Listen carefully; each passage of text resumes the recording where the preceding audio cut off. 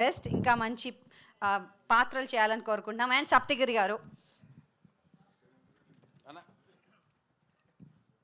అందరికీ నమస్కారం అండి. సతీ లీలావతి ఈరోజు ట్రైలర్ చూశారు. చాలా రిచ్గా ఉంది, గ్రాండ్ విజువల్స్ ఉన్నాయి. You are done great job sir. Really మీ వల్ల ఆ ట్రైలర్ని చాలా బాగా ఫోకస్గా చూడగలుగుతున్నాం. గ్రేట్. అలాగే కలర్ఫుల్ ఆర్టిస్టులు అందరూ ఉన్నారు. మా తాగుబోతు రమేష్ అండ్ సప్తగిరి అండ్ అందరూ చాలా బాగా యాక్ట్ చేసాం. సో చాలా హ్యాపీగా ఉంది ఈ మూవీలో యాక్ట్ చేయడం. సతీ లీలావతి అనేది మనం 90స్లో మన 80స్లో ఉన్నప్పుడు 90స్లో ఉన్నప్పుడు కమల్ హాసన్ గారు చేసినటువంటి ఒక గ్రేట్ కల్ట్ క్లాసిక్ మూవీ అది. ఇప్పటికీ షార్ట్స్లో ఆ మూవీ వస్తున్నప్పుడు, ఆ చిన్న చిన్న బిట్స్ వస్తున్నప్పుడు పడి ఎంజాయ్ చేస్తాం. కమల్ హాసన్ గారు యాక్టింగ్ కావచ్చు, ఆయనకి డబ్బింగ్ చెప్పిన మనోహర్ గారు కావచ్చు, అవన్నీ మనకు బాగా మనసులో గుర్తుండిపోయాయి. సో అటువంటి టైటిల్తో ఈ సినిమా మళ్ళీ ఇన్నాళ్ళకు వస్తున్నందుకు ఛాలెంజింగ్గా తీసుకొని చేశారు మా సత్య.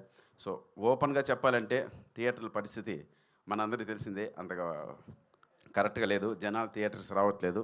ఆర్టిస్టులను చూసి జనాలు థియేటర్కి వచ్చేటువంటి పరిస్థితుల్లో ఈరోజు లేదు. ఒక డైరెక్టర్ ఒక అద్భుతమైనటువంటి స్టోరీ టెల్లింగ్ చెప్పి, ఆ డైరెక్టర్ భలే తీశారా సినిమా, ఎక్స్ట్రానరీగా తీశాడు అనే ఈ మౌత్ టాక్ గాన బయటికి వెళ్ళగలిగితే అప్పుడు జనాలు నమ్మి లోపలికి వచ్చే పరిస్థితులు వచ్చాయి. ఈ ఆర్టిస్ట్ ఉన్నాడు, ఆ ఆర్టిస్ట్ ఉన్నాడు, వాళ్ళని చూడడానికి వచ్చే పరిస్థితులు అయితే, అంటే ఒక స్థాయి ఆర్టిస్టుల వరకు అయితే ఓకే, 100% ఆ ఓపెనింగ్స్ గ్రాండ్గా ఉంటాయి.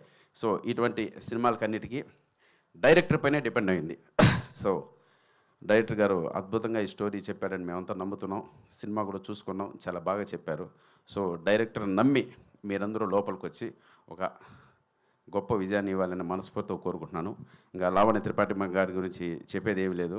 ఎటువంటి పరిస్థితుల్లో వచ్చి సినిమా చేశారో మనందరికీ తెలుసు. సో చాలా డేర్ స్టెప్ తీసుకొని ఈ సినిమా చేశారు madam. Hats off to you. అలాగే హీరో గారికి, ఇక్కడ మన తెలుగులో చాలా మూవీస్ చేశారు, ఆయన కూడా చాలామందికి పరిచయం ఉన్నారు. సో లావణ్య త్రిపాఠి గారు సింగిల్ హ్యాండెడ్గా సినిమా తీసుకెళ్లారు. సో ఇంకొక కత్తి కరాటే కూడా ఉంది ఈ సినిమాలో. సెబాస్టియన్, ఆయనతో నాకు ఫైట్ కూడా పెట్టాడు మా డైరెక్టర్. ఆ ఫైట్ మీరు బాగా ఎంజాయ్ చేస్తారు.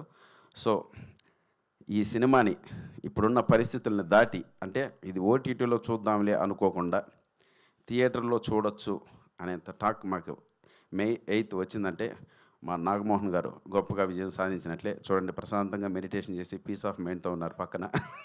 సో కాబట్టి సో మా సినిమాని ఆదరిస్తారని మీ అందరికీ చేతులు జోడించి వేడుకుంటున్నాను. మీ Saptagiri. Thank you so much.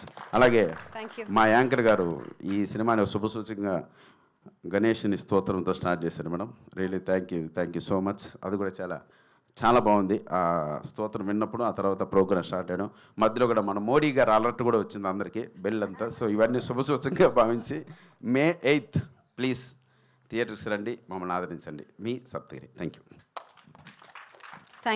You very much అండి. మరి అలాగే దుర్గాదేవి పిక్చర్స్ గురించి చెప్పాలి, ఎందుకంటే వీళ్ళు